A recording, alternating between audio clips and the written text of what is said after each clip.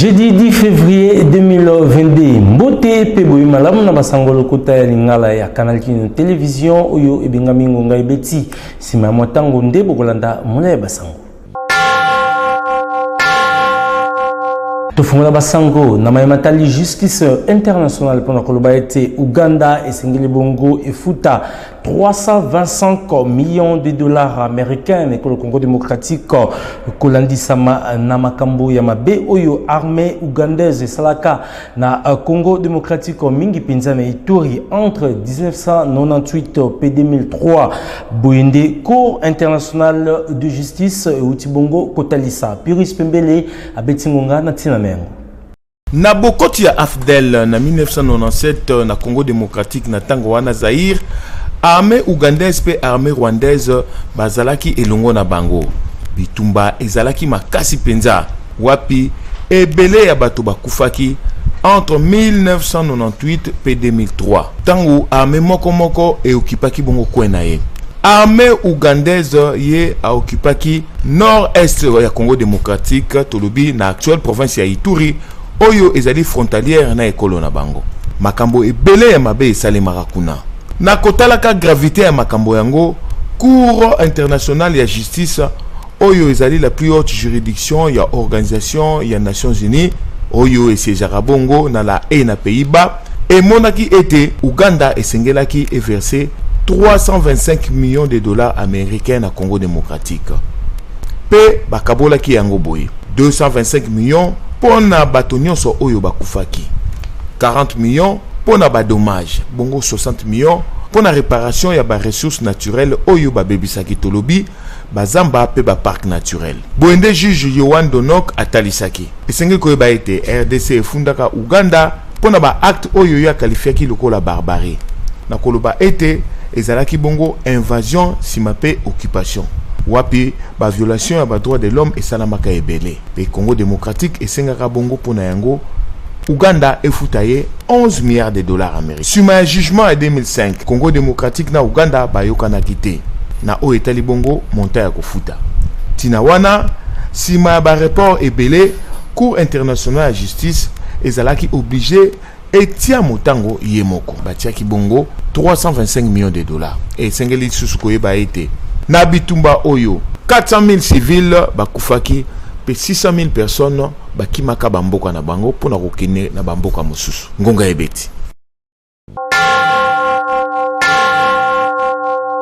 na mayimatali sanction oyo Cour internationale ya justice et utibongo katela Uganda pona kufuta misolo ya 325 millions de dollars américains mais que le Congo démocratique ndetindi mwanamboka Christian Lufuto analyste politique pe religieux ya bongo betsangonga pona ye atalisi ete mosolo wana ezali moke esengeli na bitumbu mosusu e babongo kolanda ekolo Uganda pambate armée naye bakabongo kosala makambo ebele ya mabe na mabele ya Congo démocratique azali bongo na micro ya Piris Pembele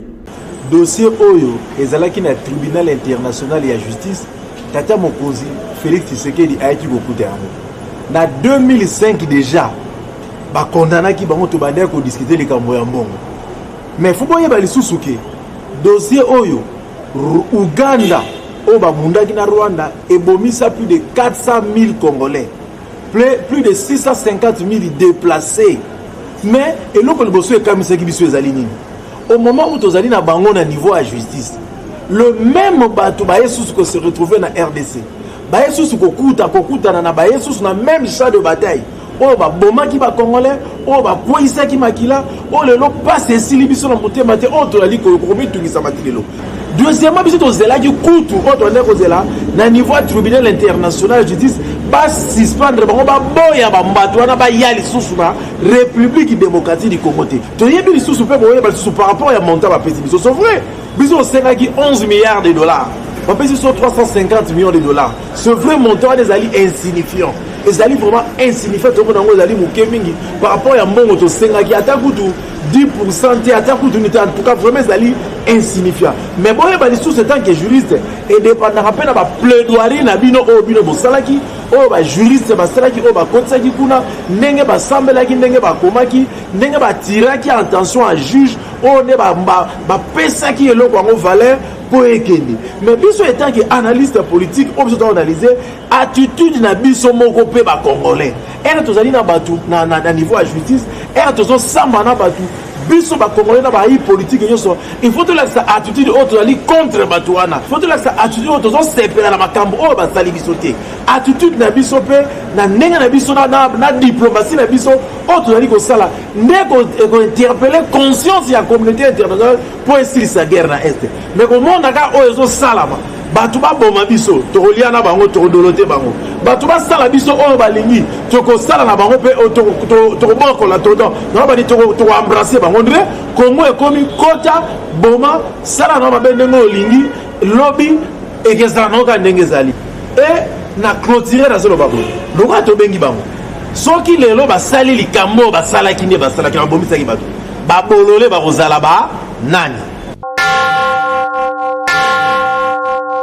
Ancien gouverneur de la province ya Tanganyika, Mwanamboka Zoé Kabila, frère ya ancien président de l'école Congo démocratique Joseph Kabila Kabange,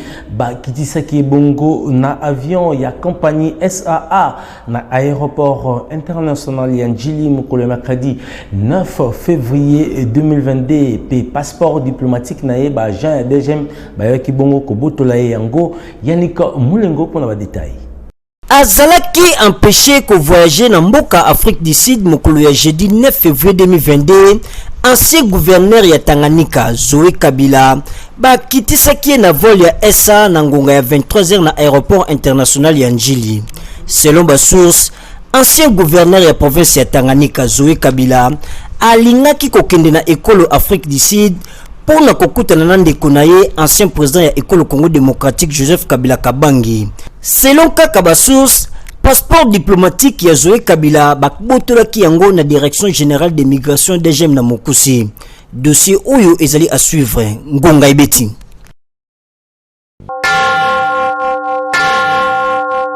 Na basango ya justice sengelo simba ete ba Jean ya police militaire ba utibongo kokanga directeur général d'intérim ya office de gestion du fret multimodal au Jeffrem na mukuse Mwanamboka Olivier Mandila na installation Jeffrem mokolo ya jeudi 10 février 2022 simanaye ko boya ko kende ko répondre na convocation ya avocat général ya parquet ya cour d'appel ya Kinshasa Gombe pe procureur général convocation ya suka ezalaki bongo daté ya le 4 février na 10h sengaki bongo ay babongo ko kende répondre kasi ya boyaki na basango ya sécurité ba FARDC ba utibongo kanga bastion monene ya ba ADF entre village Makumu pe Makusa na limite ya Nord Kivu pe province Ituri Jina Ioa Paluku correspondant na bino na etuka ya Nord Kivu aibibon kobetsangonga na tina yango. Kambi moko ya munene ya banguna ya ADF nalu esili kobeta matoko panzana na FRDC mapingama ekolo mwa RDC lelo na Makusa Makumo wana na Ituri na kote ya Nord Kivu eza na siteto lokalite ya Mangina bastio wana ya munene ya banguna o bazaki kotungisa nzela ya kouta Beni na Mambasa na Ituri ba esika nini basila kiko boma bato babetami na esika ina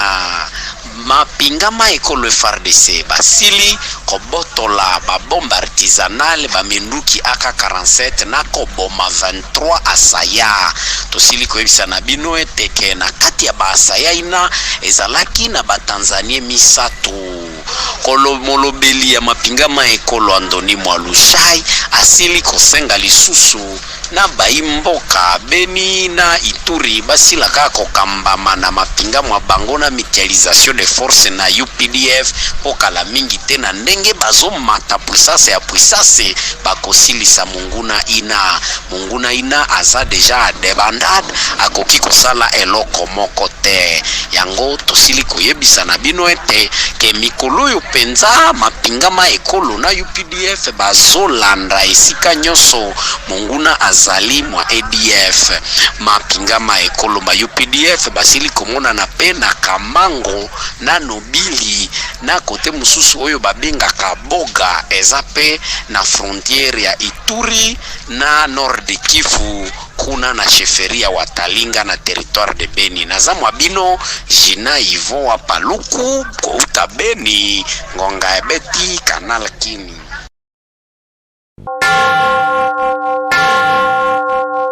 Ernest Itina Mayamba, vice-président national, il y a Ligue de jeunes, il y a parti politique Autre Vision du Congo, AVC Namukuse, il y a Monamboka Didier Budimbu, Akindeki Bonkotika, cahier de charge, naye, na Conseil national, il y a jeunesse, na cadre, il y a consultation nationale, il y a jeunesse, Oyo, Izaliko Salima, na secrétariat national, il y a jeunesse, il y a République démocratique du Congo, Yannick Moulengo Christian Makou. Sous les hauts patronages de Mokondi Mboka Félix Antoine Tshisekedi Tshilombo, des conseils national ya jeunesse et bongisi ba consultation nationale ya jeunesse pour le développement ya bilenge pe Mboka. Secrétariat général ya jeunesse oyo ezwami na Kalamu ezali kokoba na koyamba ba président ya ba ligue de jeunes ya ba parti politique pe lisusu ya ba structure ebele. Mokolo ya jeudi 10 février 2022, Ernest Itina Mayamba, vice-président national ya Ligue des jeunes ya parti politique Autre Vision du Congo AVC na Mokuse, parti cher ya mwana mboka Didier Budimbu,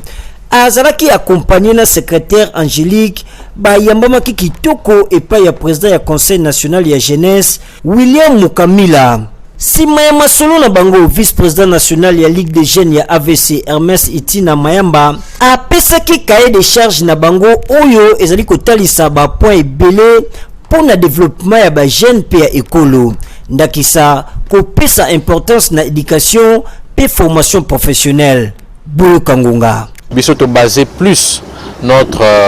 apport na côté ya importance il y a éducation peu importance il y a formation professionnelle parce que tokoki ko prétendre ko développer mboka oyo Congo te en ignorant franche la population où ils ont représenté la majorité na yango. C'est pourquoi to plaider pour que par exemple le conseil des ministres est concentré par effort mingi na ko investir plus na développement ya jeunesse, na encadrement ya jeunesse, na éducation à jeunesse, et na formation à jeunesse et que ba projet ya ba jeune ils alla financer pe portion ou ratio ya financement wana ils alla proportionnel na ba attente au pays et zanango face à la jeunesse congolaise. Ngonga Betty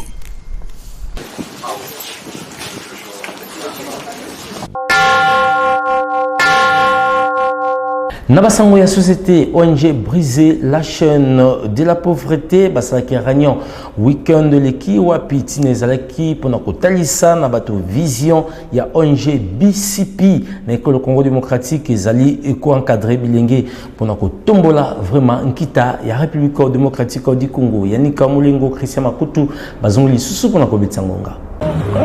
École Congo démocratique ezali école moko monene na kati ya continent ya Afrika kasi majorité ya population bazali kobika na bobola bosenga ezali mingi côté la réalité oyo yango pe ezali volonté oyo tata mokonzi Félix Antoine Tshisekedi Tshilombo atalisaki ya kolongola population na bobola na cadre oyo nde ONG briser la chaîne de la pauvreté BCP na Mokuse ezali ko sala ba action makasi pona mbula oyo ya 2022 natina ko atteindre ba objectif na nzela ya réunion oyo esalemaki na bokambami ya président national wapi atalisaki na bato ba action oyo bazali ko sala ko banda na orphelinat na encadrement ya bana kino na formation oyo bazali ko pesa na bilenge po bazala utile na société pe kotombola école Congo démocratique. Boyoka ndenge président national ya ONG BCP Ernest Itina abeti singonga. Biso toza na domaine ya éducation. Pe na domaine wana éducation, comme vous le savez, toza na 6 écoles maternelles, primaires et secondaires où ils ont regroupé plus de 4500 élèves avec plus de 250 enseignants. Pe to investir mingi na domaine d'éducation parce que tu es que seul l'éducation de Kosala échanger avenir ya mboka oyo. Alors na bandeko misusu oyo bazana posa ya ko rejoindre ONG na biso tokoyebisa bango ete ONG na biso ezali ouverte. Tozali na badresse na Bisikebele, tozali na quartier 7 na commune ya Njili, na avenue commerciale numéro 197. Tozali pe lisusu na avenue Kiala numéro 30 na quartier 3 commune de Masina. Tozali pe na bureau mususu na commune ya Kimbanseke na quartier Kakuji na avenue Kimpese numéro 79. Pe tozali lisusu na Bibwa na avenue Ziatilo, référence entre Sébastien. Waneza bisika oyo tozali déjà ko fonctionner pe bato soki bakei ba rejoindre adhésion na bango sans problème. Ngonga Ibeti.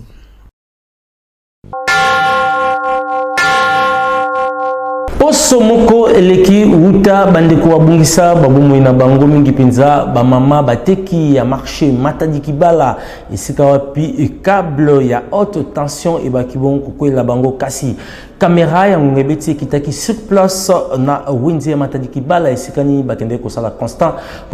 lolenge nini bandeko bateki balengeli matanga ya bandeko oyo batika ki bango sur place livre ya ba condoléances ezali bongo signé na ba nyonso bazali ko kende ko visiter site wana Piris Pembele azali bongo betsangonga Utakaka baninga na bango 26 bakufaki na courant ya haute tension ya SNEL na wenze ya Matadi Kibala bateki basombi pe bato ya zinga ya wenze bazali kosala matanga na bango sur place kaka kuna musika te na lie ya likama wapi na organisation na bango moko batie chapelle moko ya kitoko pe batie livre ya ba condoléances pe ba afficher ba photo ya ba victime nyonso bato ebele bazali bongo koleka wana kosalaka molongo pona kosigner pe kotala ba photo boyoka ndenge babetaki ngonga banana yo waki makambo wana penza na kangi motema ya lobi nazoka kaka na ba radio na lelo ifona koma na tala événement wana ndenge elekelaki pe bandeko bakufa ikona ba mususu na yebi bango naza kosomela bango biloko pasi na motema penza tuka moya ko distinguer yango ezate longo uniquement na ndako na bifona ya kotala esika bandeko na biso bakufaki na ndenge moko te basala eloko mwa mabe te bayaki mpo baya koteka koluka bebi na vifo koluka bayaki mpo baluka me tala liwa ekokamata bango vraiment esala pasi mingi na motema yango wana lelo na bayaki naya kotala esika bandeko na ngai epuis naza na esengo mingi mpo na omona ndenge mpe bandeko babongisi boye po tomona na bapays mosusu so bandi baye fo basa boye ndebe ya malamu parce que bolingo nde yango oyo faut basalaka boto salaka boto kanisa bandeko na biso et ozala malamu mingi vraiment naza très content na ndenge na moni organisation basali sa organisation nde na olongwa nazo signer pe na livre d'or fona signer esengeli koyeba ete gouverneur ya ville province ya Kinshasa mwana mboka Gentini Ngobila na réunion ya suka oyo azalaki na yango na ba membre ya ba famille ya ba victime bakangaki bongo date ya le 11 février pona komimisa banzoto nyonso pe kolela yango esika moko tolobi na stade Vélodrome ya Kitambo nyonso oyo na ba frais ya l'État. Ngonga Ebeti.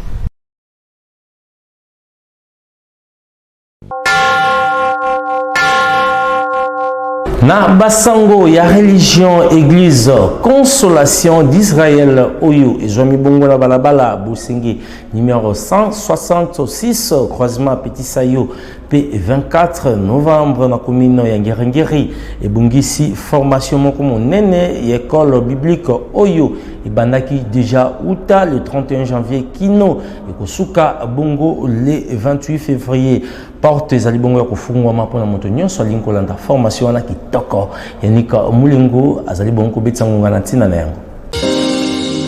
Bien-aimé dans le Seigneur, bino baye bozali na posa ya koyeba makambo ya Nzambe na bozindo. Église Consolation d'Israël oyo ekambamaka na révérend pasteur Richard Ekuba et bongisi formation monene na école biblique na oyo etali ba doctrine lokola doctrine du Christ, doctrine de l'église, doctrine du Saint-Esprit, doctrine du salut, doctrine du péché, doctrine de Jésus-Christ, doctrine des anges, et doctrine des démons. Na oyo etali Bible, histoire de la Bible, histoire de la révélation, interprétation, et prédication. Na oyo etali affermissement, intercession, modération pour la kotanga kakawana. Molinga mikati na nkolo. Église Consolation d'Israël et pour la bino formateur oyo azali calé na matière. Le docteur Bofionemi. Formation et Kobanda le 1er qui est le 28 février 2022. L'église La Consolation d'Israël vous appelle à une formation biblique chaque matin pendant tout le mois de février de 5h45 à 7h. Je vous convie de participer à cette école biblique qui commence déjà lundi 31 janvier, mais ça va continuer jusqu'au 28 février le matin, à part la journée de dimanche. Que Dieu vous bénisse. Église Consolation d'Israël et Zomina Balabala Bosenge numéro 166 na commune ya Ngiringiri. Croisement Sayo Petit 24. Topé Bobenga na numéro oyo 090 32 31 387. Ngonga Ebeti.